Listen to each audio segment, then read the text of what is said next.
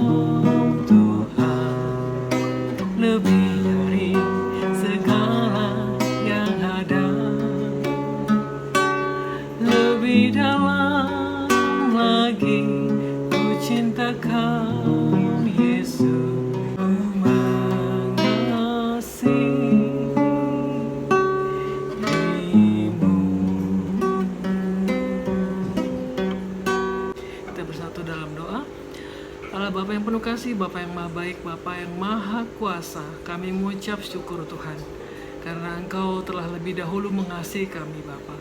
Ajarkan kami Tuhan untuk lebih dalam lagi mengasihi Tuhan. Karena siapakah kami Tuhan? Tuhan layakkan kami menjadi bagian dari anak-anak-Mu Tuhan, menjadi bagian dari pemilik kerajaan-Mu ya Allah. Siapakah kami Tuhan? Sehingga Tuhan layakkan kami untuk terus memuji, bahkan mendengarkan firman-Mu ya Allah.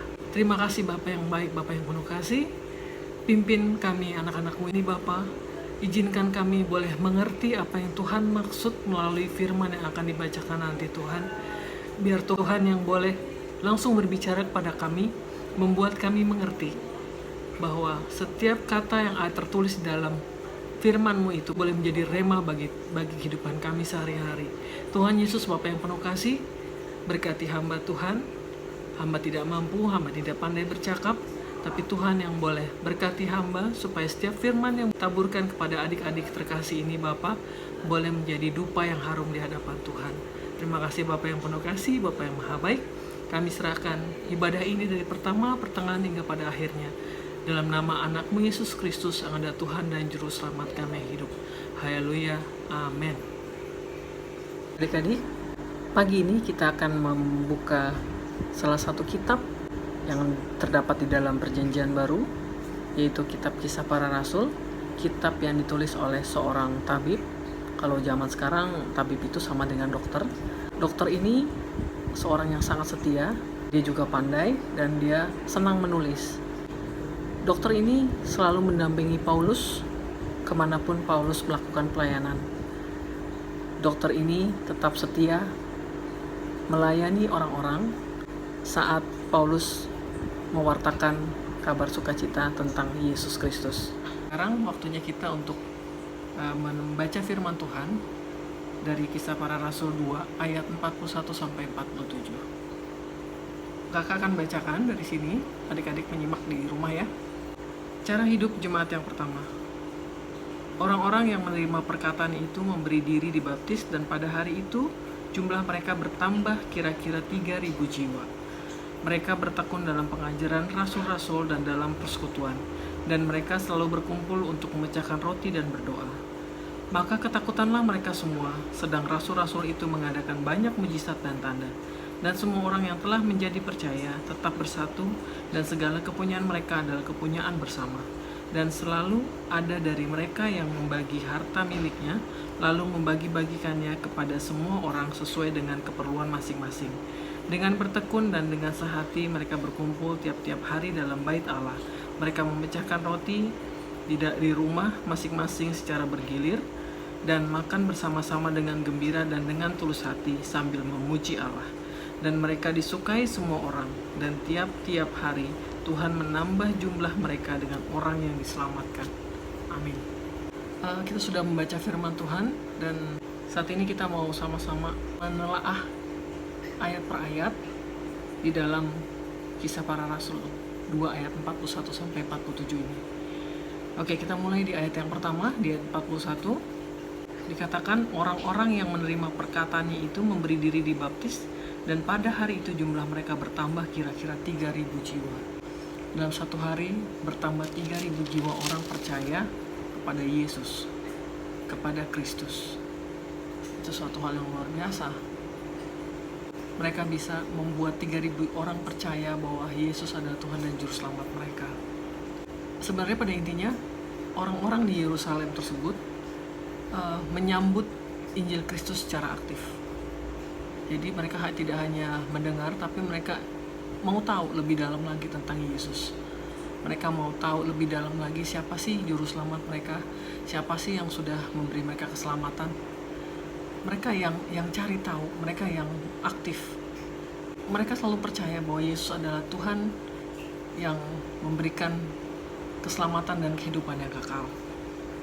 Dan mereka siap juga dibaptis. Mereka minta untuk dibaptis. Karena baptisan merupakan simbol persatuan manusia dengan Yesus. Kemudian kita masuk ke dalam pembacaan ayat yang ke-42. Dikatakan, mereka bertekun dalam pengajaran rasul-rasul dan dalam persekutuan, dan mereka selalu berkumpul untuk memecahkan roti dan berdoa. Ya, mereka bertekun dalam pengajaran rasul dan mau berada dalam kumpulan orang percaya. Di sini jelas jemaat selalu setia mempelajari pengajaran para rasul, dan mereka dengan tekun mengikuti setiap perkumpulan yang diadakan oleh orang-orang percaya.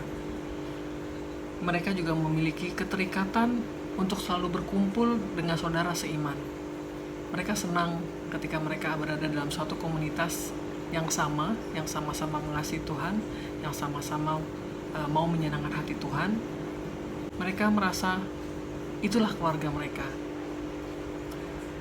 Nah, pertanyaannya, mengapa mereka tekun mempelajari pengajaran dari para rasul? Ya, pastinya karena mereka ingin semakin mengenal pribadi Yesus melalui pengajaran para rasul. Masing-masing kita punya orang yang kita kagumi. Nah, istilahnya kita ngefans lah sama mereka. Kalau kita ngefans sama seseorang, pasti kita akan cari tahu nih, apa sih makanan favoritnya, apa sih warna kesukaannya, apa sih hobinya dia, terus segala gayanya, berpakaian pun, sepatunya lah, segala macem, itu pengen kita ikutin. Nah, yang pasti kita akan cari tahu, kita akan menggali info sebanyak-banyaknya. Kita pasti mau tahu nih, hidupnya dia sehari-hari gimana ya. Nah, sama halnya dengan jemaat saat itu, mereka yang sangat suka, sangat ngefans dengan Yesus lewat pengajaran yang dilakukan oleh Paulus dan rekan-rekannya. Mereka selalu merasakan sukacita ketika mereka boleh semakin mengenal Yesus, bagaimana sikap dan sifat dari Yesus. Kemudian kita lanjut ke ayat yang 42b dan 46. Ya, 6b juga. Dan mereka selalu berkumpul untuk memecahkan roti dan berdoa. Itu 42b. Di 46b, mereka memecahkan roti di rumah masing-masing secara bergilir dan makan bersama-sama dengan gembira dan dengan tulus hati. Jadi jelas sekali saat itu jemaat senang sekali ikut serta memecahkan roti dan berdoa. Memecahkan roti bukan hanya identik dengan makan-makan, jadi ngeriung, makan-makan gitu, bukan ya. Tapi saat itu kedua kegiatan itu adalah cara mereka bisa berkumpul, cara mereka bisa bercerita mengenai kasih Tuhan kepada mereka masing-masing. Dan kedua kegiatan itu juga menjadi dasar peribadahan orang Kristen hingga saat ini. Kalau sekarang kita sebutnya perjamuan kudus. Kita mau buka Lukas. Adik-adik buka ya, Injil Lukas pasal 22 ayat 19 dan 1 Korintus 11 ayat 24 sampai 25. Tapi yang pertama kita baca Lukas 22 ayat 19. Ayat 19. Lalu ia mengambil roti, mengucap syukur, memecah-mecahkannya dan memberikannya kepada mereka. Katanya, Yesus ya, inilah tubuhku yang diserahkan bagi kamu. Perbuatlah ini menjadi peringatan akan aku. Itu yang pertama. Yang kedua, 1 Korintus 11. 1 Korintus 11 ayat 24 sampai 25.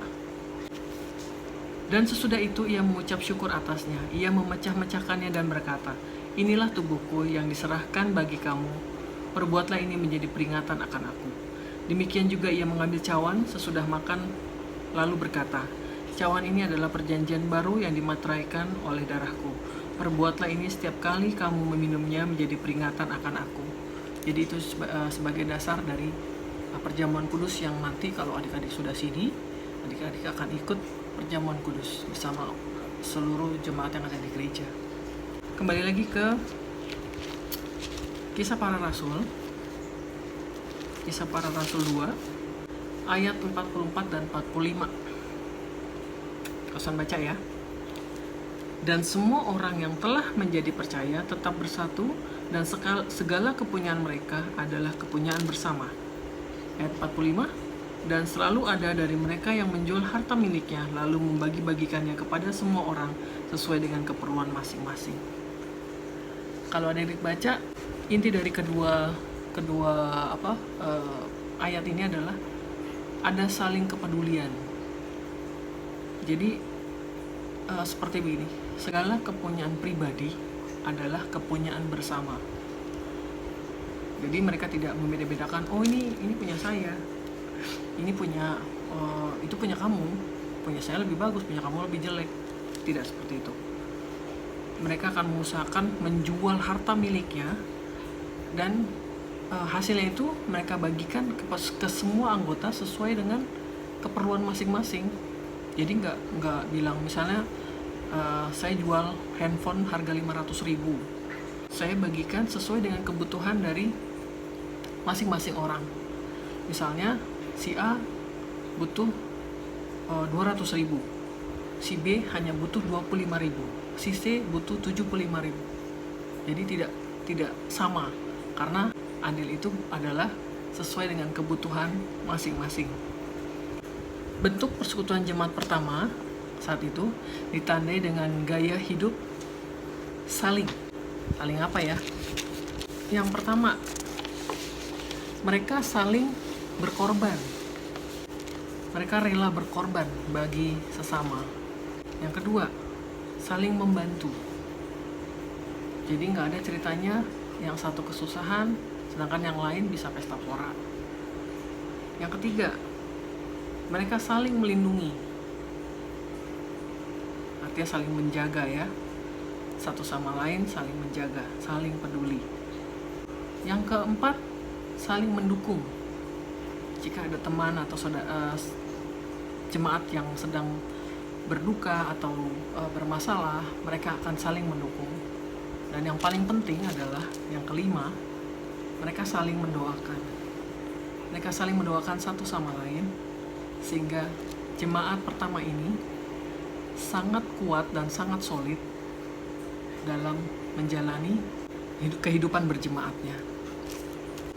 Mereka tidak lagi memikirkan kepentingan pribadi, tidak egois, karena mereka mau berkorban bagi sesama anggota dari persekutuan ini. Dan luar biasanya, hidup mereka tuh berubah mengikuti kehendak Yesus, yaitu menyatakan kasih bagi sesama. Di ayat lanjutnya, kita lanjut ya ke ayat 46 dan 47. Saya bacakan. Dengan bertekun dan dengan sehati mereka berkumpul tiap-tiap hari dalam bait Allah. Mereka memecahkan roti di rumah masing-masing secara bergilir dan makan bersama-sama dengan gembira dan dengan tulus hati, sambil memuji Tuhan. Dan mereka disukai semua orang. Dan tiap-tiap hari Tuhan menambah jumlah mereka dengan orang yang diselamatkan. Ya, dengan gembira dan tulus hati memuji Tuhan. Ada hal yang menarik untuk kita perhatikan, yaitu keterangan bagaimana suasana peribadahan tersebut. Mereka melakukannya dengan gembira, dengan sukacita, dengan tulus hati, dan mereka memuji nama Tuhan. Jadi gak ada ketakutan. Mereka melakukan itu semua dengan sukacita yang dari dalam hati, bukan dibuat-buat, bukan karena terpaksa, bukan karena cari muka sama si para rasul, bukan. Mereka melakukan itu karena mereka sungguh-sungguh mengasihi Tuhan. Aktivitas dan gaya hidup mereka membawa dampak yang baik bagi lingkungan, sehingga mereka semakin disukai. Di ayat yang ke-47 ya. Dan tiap-tiap hari Tuhan menambah jumlah mereka dengan orang yang diselamatkan. Mereka disukai semua orang, luar biasa kan, disukai semua orang.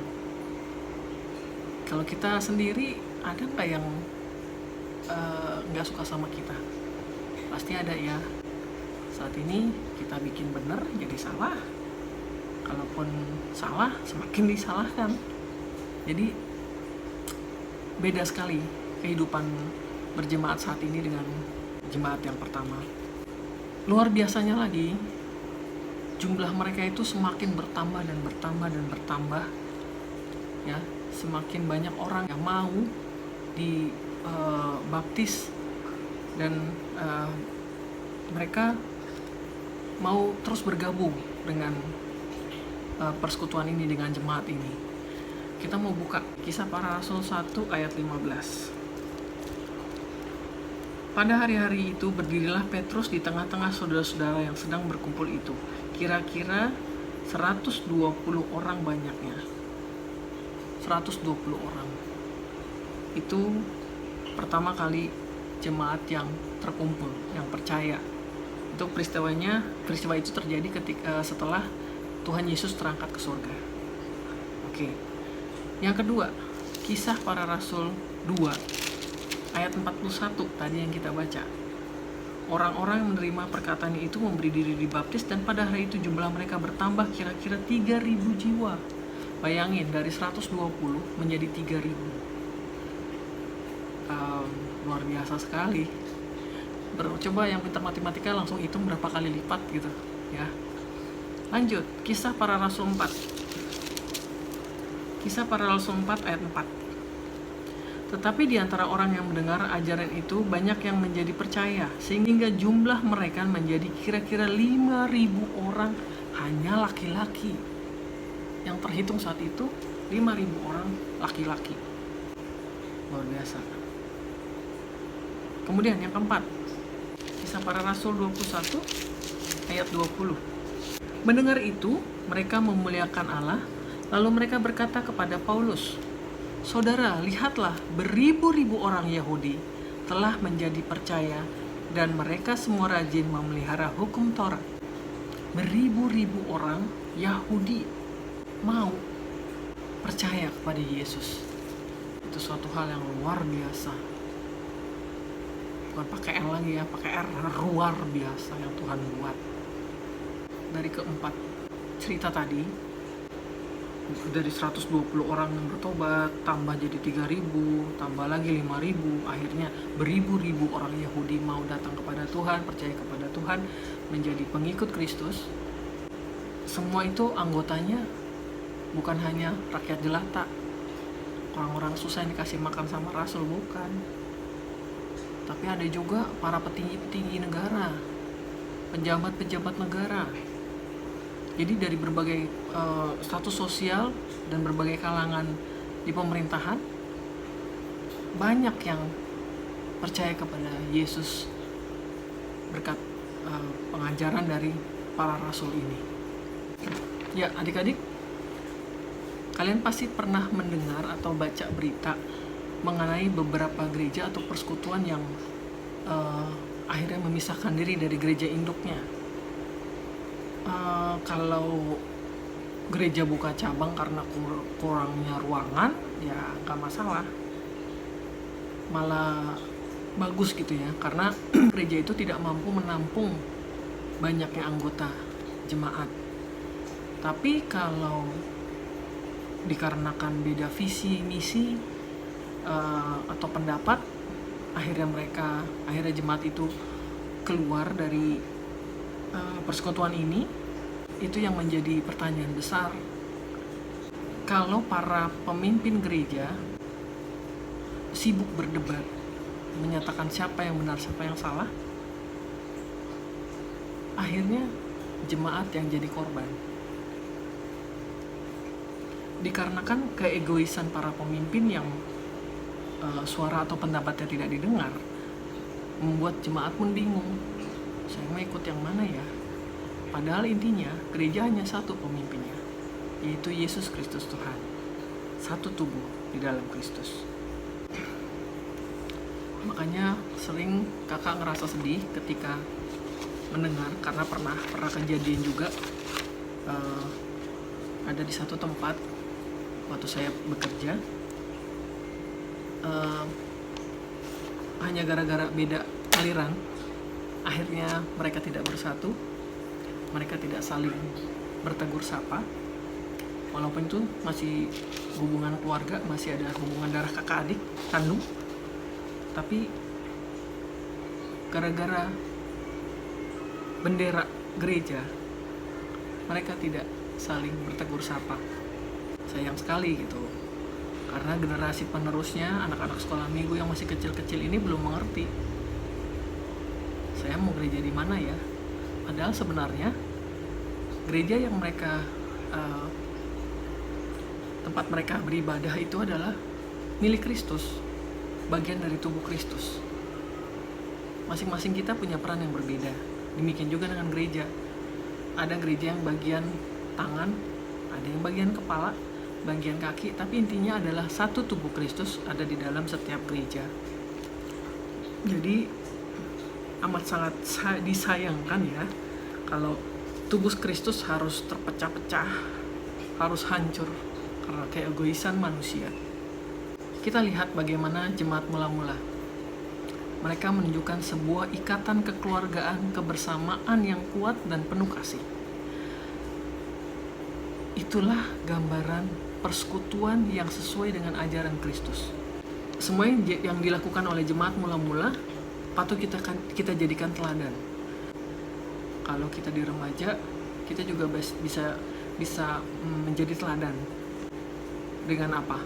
Pada remaja tidak hanya dilakukan untuk orang-orang yang orang tuanya kaya atau yang orang susah sendiri aja. Dari remaja kita sudah belajar bahwa persekutuan yang baik adalah ketika siapapun itu boleh sama-sama memuliakan nama Tuhan, boleh memuji nama Tuhan, dan siapapun itu berhak menyatakan bahwa Tuhan mengasihi mereka, Tuhan memberkati mereka. Mungkin ada yang tahu Apa saja yang menjadi ciri-ciri persekutuan yang sehat? Adik-adik ada yang ingat? Ada yang tahu? Dasar dari persekutuan adalah Yesus Kristus. Setiap orang dalam persekutuan mengaku dan percaya bahwa Yesus adalah Tuhan dan Juru Selamat, dan dia mau ikut dalam kehendak Tuhan. Itu yang pertama. Yang kedua, Alkitab kita adalah perkataan Tuhan. Setiap anggota yang mau sungguh-sungguh membuka dirinya, membuka hatinya untuk mengenal Tuhan lebih dalam lagi, itu boleh ambil bagian dalam persekutuan dalam gereja kita. Orang-orang yang rindu untuk mengenal Tuhan lebih dalam lagi. Terus yang ketiga, kasih, kepedulian, kesehatian dan kerinduan berbagi diwujudkan secara nyata dalam kehidupan sehari-hari. Kepedulian kita, rasa kasih kita, rasa kesehatian untuk berbagi, itu intinya. Oke, itu yang ketiga. Yang keempat, ada penyembahan dan pujian kepada Tuhan. Karena inti dari persekutuan adalah memuji nama Tuhan, memuliakan nama Tuhan, dan menyembah Tuhan dalam roh dan kebenaran. Sebagai penutup, Pasan mau tanya, adik-adik pernah ikut camping? Di saat camping, biasanya ada sesi, biasanya kan kumpulan orang-orang ada di sekitar api unggun ya. Apakah satu batang itu bisa menerangi kumpulan orang-orang itu? Pastinya enggak ya. Jadi api unggun itu pasti membutuhkan banyak sekali ranting atau kayu yang ditumpuk-tumpuk teratur, kemudian dibakar. Itu yang menghasilkan api unggun yang membuat kita menjadi hangat, sana menjadi lebih terang. Kita bisa melihat teman-teman kita. Demikian pula halnya dengan sebuah persekutuan. Sebuah persekutuan yang bertumbuh dalam tubuh Kristus pasti akan menghasilkan dampak yang besar, baik bagi diri kita, terlebih bagi persekutuan kita. Jadilah membawa dampak positif bagi teman-teman kalian. Adik-adik jangan pernah berpikir untuk meninggalkan persekutuan, kecuali persekutuan itu menyebabkan kalian menjauh dari Tuhan. Jangan juga datang ke persekutuan dengan terpaksa atau bersungut-sungut. Belajar dari jemaat mula-mula. Dikatakan mereka dengan sukacita datang ke sana, datang berkumpul memuliakan nama Tuhan. Jadi, datanglah dengan sukacita, gembira, dan terus memuji-muji nama Tuhan. Tetaplah setia, karena Tuhan Yesus selalu setia menunggu kita. Bagaimanapun keadaan kita, Dia tetap setia. Tuhan Yesus memberkati adik-adik dan kita semua. Amin. Ya adik-adik, demikian pembacaan firman Tuhan hari ini. Kita mau bersatu dalam doa, mengucap syukur Tuhan sudah memimpin kita. Tuhan Yesus, Bapa yang penuh kasih, Bapa yang maha baik, terima kasih Bapa untuk firman yang boleh Tuhan taburkan kepada kami. Ajarkan kami Bapa untuk selalu setia kepada Tuhan. Ajarkan kami seperti jemaat mula-mula Bapa yang selalu bersuka cita, bergembira, bersyukur untuk setiap hal yang boleh Tuhan berikan buat kami. Izinkan kami boleh saling berbagi Tuhan, baik melalui kasih, melalui harta milik kami Tuhan. Biarlah kami juga boleh menjadi kesukaan-Mu ya Allah. Yesus Bapa yang penuh kasih, Bapa yang maha baik, terima kasih Bapa untuk hari ini Bapa. Terima kasih untuk setiap firman yang Tuhan taburkan. Terima kasih untuk setiap puji-pujian yang boleh kami naikkan, dan biarlah itu boleh menyukakan hati Tuhan. Kalau sebentar kami akan berpisah satu sama lain, biar Tuhan yang boleh pimpin kami, sertai kami Bapa di rumah kami masing-masing. Jauhkan kami dari sakit penyakit apapun itu Tuhan.